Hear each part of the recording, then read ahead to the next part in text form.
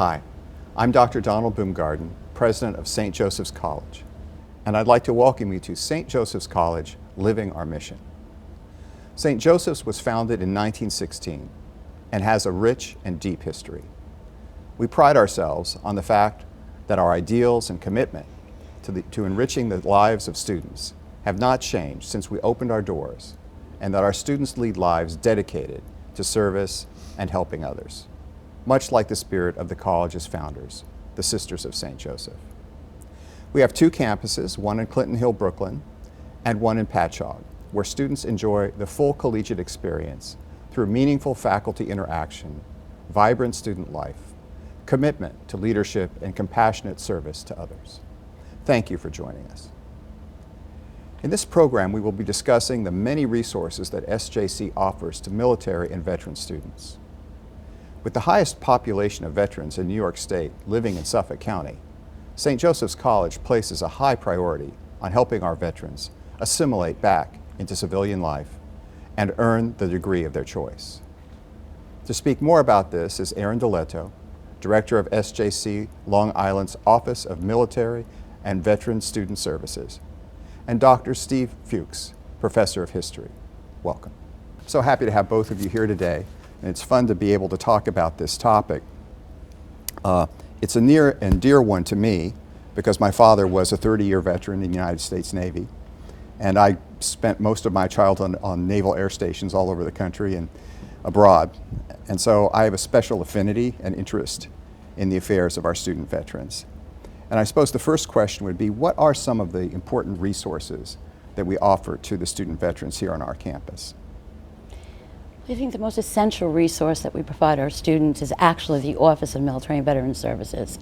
We are the central hub of support services that we provide to our students, and from which all resources and information flow.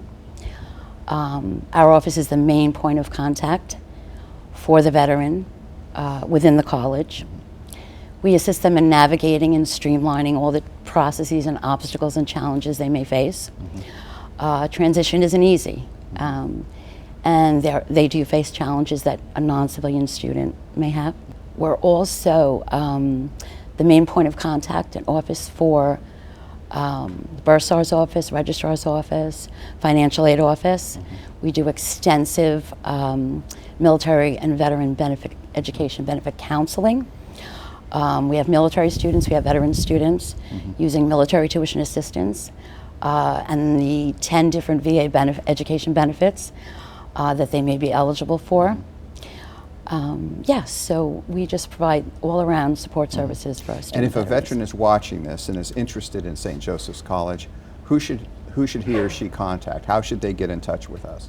They should go on the website and look up our resource page. We have a Military Veterans Services page.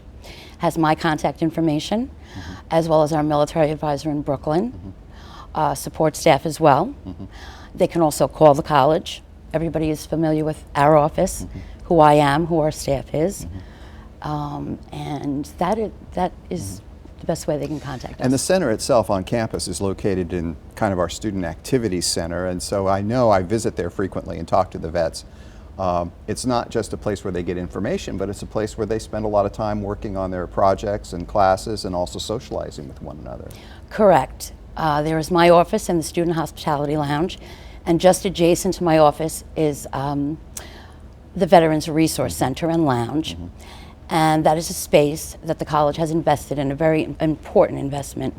It's a dedicated, safe space for our student veterans. They engage, it heightens engagement. They support each other, they socialize, they study together. It's equipped with laptops, a TV, a PlayStation, a refrigerator and a microwave. But more often than not, they're in there studying. The college is a designated VA work-study site. So each academic year, we have 3 to 4 student veterans who do work study, and they're housed in that space. Now, Steve, you've taught history at St. Joseph's for a long time, but you have a special interest in these students. Tell me a little bit about that. I have been involved with veterans issues on campus since about 2010. I've worked very closely with Erin, and I do so in a couple different capacities. So first is I'm the moderator of the Student Veterans of America, and one of the ways that we do try to help veterans transition is by making them feel very welcome on campus immediately through a meet and greet, where they can come meet Erin, meet me, meet the staff. We show them the Veterans Lounge, where we always ask the Student Veterans of America members and the president to be present, so they can become part of the broader veteran community. Could still hopefully spend a lot of time there. So that's the first thing, is to try to transition them through, and also to give them a sense of the various programming that the Student Veterans of America offers on campus. So that this way, even if they choose not to be a member of the SVA, hopefully they'll attend some of the events and use the space that the college has provided. On the faculty side, I guess one of the real challenges for kind of transitioning veterans is that you want to make sure that their academic record is complete as quickly as possible. And then the first thing after that is to give them a clear path to graduation. Right, because they're very concerned about the military benefits. So you sit down, and one of the benefits of St. Joe's is that we have an academic advising office, and every student is assigned a faculty advisor. And that means each semester you can meet with me or the office, and they will provide counseling regarding your upcoming schedule or long-term planning. So this way you can be assured you're moving towards graduation in a timely fashion. And the other thing I would just say too is that as you move closer to graduation, all students struggle with how do you make your college experience meaningful to a future employer. And our Office of Career Services can really help a veteran, which has two problems, I think, right? One is trying to make their college experience valuable for an employer, but also their military experience. And that's a critical piece of kind of setting up our graduates for long-term success. I know that I've been lucky enough to have veterans in my own classes that I've taught here, and they always add so much because of the breadth of experience they have. Yep. And even though they may look a lot like the other students, they're not like the other students, because they've had experiences which have transformed them in various ways. And I meet rather frequently with them as a group, and I think that one of them said to me one time that he struggles sometimes explaining to professors even that in the military he had been responsible for some very, very serious things, and even though he might be in his 20s, he actually has had quite a bit of experience. And so it's a tough transition also for the professors to learn to interact with these students. Yeah, the number of times I've heard students say the real challenge is trying to find a new sense of mission, right? That they've had an enormously successful military career, where they're quite frankly, responsible for other people's lives, and now they come back to college and they're sitting with mostly, young adults who are attending college for the first time, and their life experiences are vastly different. Yes. So how do you find a new sense of mission and purpose in that environment? Are there areas that are especially popular for study for the student veterans? The history department has an enormous number of veterans. A lot of our veterans are interested in either the fire department, police force, teaching. Many more in recent years seem like they're going into security-related fields as well. You probably Service-related fields. I do track what academic programs the student veterans are in. And it absolutely runs the gamut, from organizational management to criminal justice, to psychology, to history. I can't say there's one main academic program that a student veteran is more interested in than not. We do see them wanting to go into service, whether public service, federal or state civil service. I consistently do letters of recommendation for them when they're graduating and seeking employment. Therapeutic recreation is another therapeutic popular one. recreation, yes. It's interesting because I think many people would assume they would all want to study a particular field, or perhaps a field like criminal justice, or various other types of more practical or vocational fields. But what we see here is that they study the full gamut: history, Absolutely. philosophy, religious studies. Correct. Some of them I know are studying nursing. And so there's a broad spectrum, and they really are difficult to classify in that sense. They're very, very complex and interesting people. Yeah, absolutely. And I think that's probably one of the things about them is they add so much, they bring so much to our school because they bring those experiences. And I think, Steve, as you said it so beautifully, they have a sense of mission and they want to continue that somehow. And in a sense, St. Joseph's is a school which focuses very much on that. So part of what we have to offer them is a continuation of that sense of mission and giving back to others. Yeah, a goal of mine is when I meet with them and speak with them, is just to motivate them and encourage them to embrace a new identity. They'll always be veteran, and that's a part of them, but it's not all of them. So I focus a lot on new identity, and that is the identity of student. Yeah.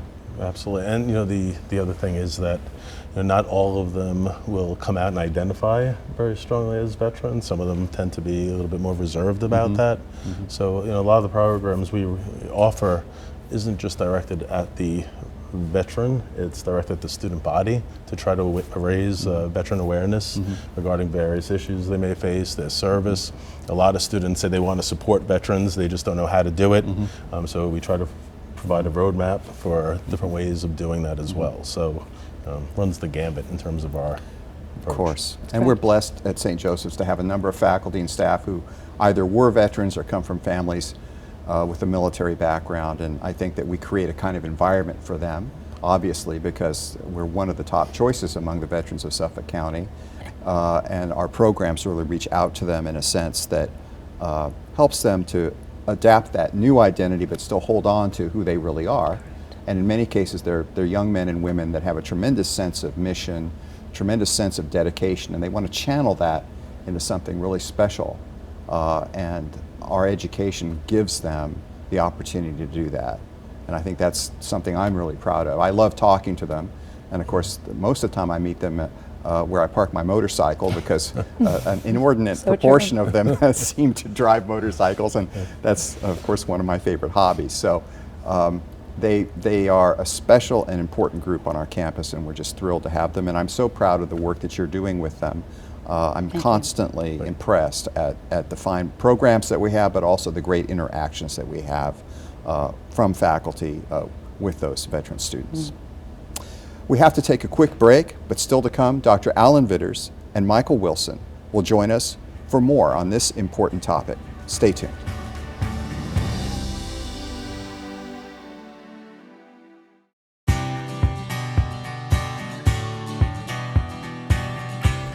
Welcome back to St. Joseph's College, Living Our Mission. Thank you for joining us. In this segment, we will continue our discussion about services for military and veteran students at St. Joseph's College with Dr. Alan Vitters, Assistant Professor of Business Administration and Marketing, and Michael Wilson, student. Welcome. Welcome. So happy to have both of you here today to represent a really important segment of the population of our college. I think that we do a lot of things for our veterans. We love to have them with us, but it's always fascinating to talk to them about their own personal stories. So maybe I could ask each of you to tell me a little bit about what motivated you to join the service, and tell me a little bit about your career in the service. Let's start with you, Michael. Okay. I come from a military background. My grandfather was a professor at West Point. My grandmother, an MP in the Army, and my uncles all Marines.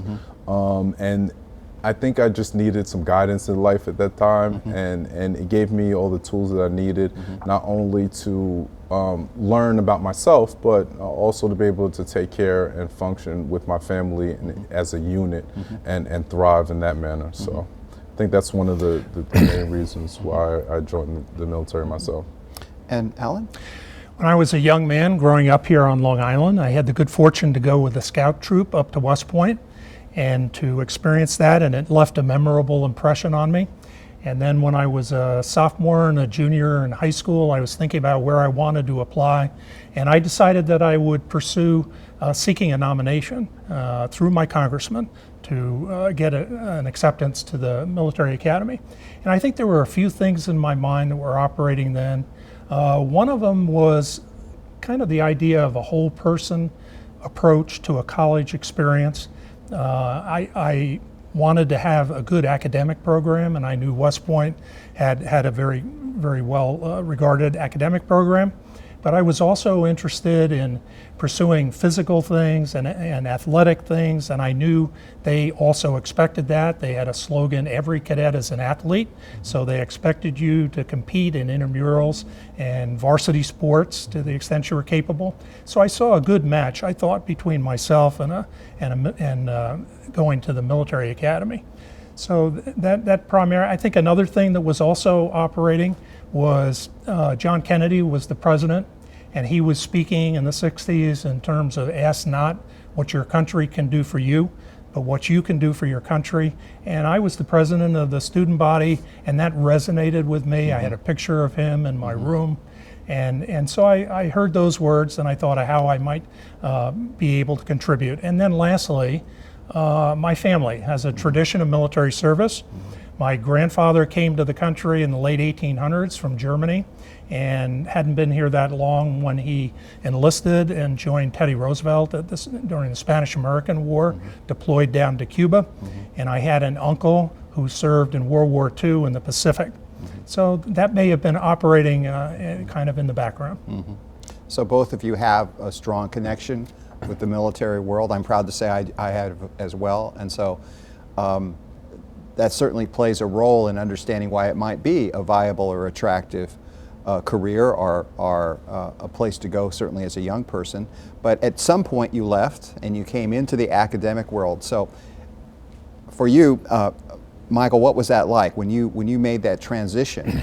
Can you describe your feelings at the time and what were some of the difficulties that you encountered? That transition was actually it was rough but smooth, because you're starting over, but you're starting over in a way that you have an idea of how to overcome it.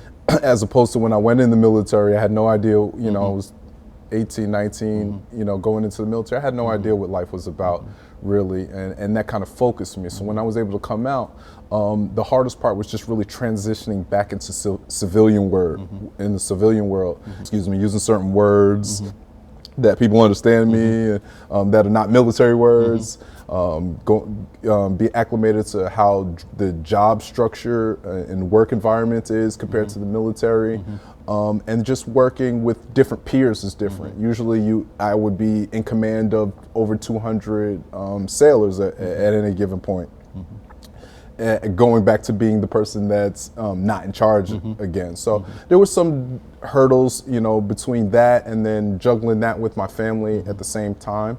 And I think school kind of, if you find the right school that has a great veteran program, they kind of make it a lot easier transition for you. And that's one reason why I made it here to St. Joseph's. It's fantastic. Alan, how about you? What was it like for you to transition into the academic world? Well, I've done a little bit of research on this with regard to veterans that are currently undergoing this transition. And one of the things I've found is that the research shows that they tend to be older. So they're not 18-year-olds, they're 22, 23, 24-year-olds coming back into this environment. So they're older. Many times they have families like Michael, and Michael has 3 children. So they're really juggling a lot of things. And Michael used the word in transition. They really are in transition, and anybody that's been through a transition knows that's an awkward time, and you don't have your legs on solid ground, and so that's something that I think we all have to keep in mind as they are making this transition. They're coming out of a different culture. The culture they've been in is very group and team focused. It's all about team. And what have you done to contribute to the team? And now they're in an environment where it's very much an individual environment, and they're kind of being measured on their own individual merit. So that's, I think, something else that's operating. And then the other thing that I highly respect about our veterans today that are come to campuses like this is they have a record of service. They have gone out and actually done something. They heard a call. And I'm particularly proud of our Long Islanders after 9/11 that felt they had to be a part of something larger than themselves. And so I think we have a lot to learn from our veterans on campus, both in the classroom, hear some of those experiences, because they have a real story to tell. Absolutely.